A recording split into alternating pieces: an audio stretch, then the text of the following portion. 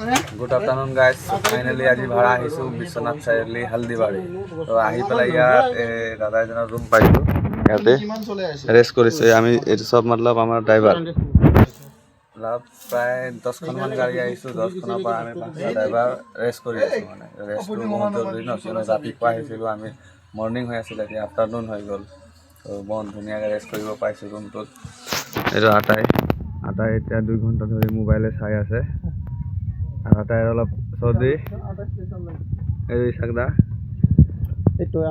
তাৰপাছত এইটো এটা ভাইয়া মালিক, এয়া আমাৰ মালিক।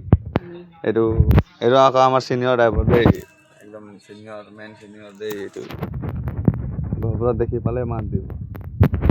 এইটোৱে আমাৰ ভাইয়া চিমনা চাই আছে।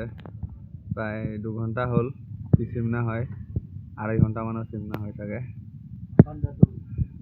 অখণ্ডটো বিচনাটো চাইছে নাই, একদম মজা, একদম পিয়ৰ চব্জি ৰখা আছে। মানে জেগাটো ইয়াদগাৰ ৰাখিবলৈ ব্লগটো বনাইছে, গম পাইছে। আৰু যদি বিশ্বনাথ চাৰিআলি হালদিবাৰীৰ পৰা কোনোবা আছে কমেণ্ট কৰিব গাইছ, নেক্সট টাইম ইফালে ভাড়াত আহিলে লগ কৰিম, চাহ মিঠাই খাম।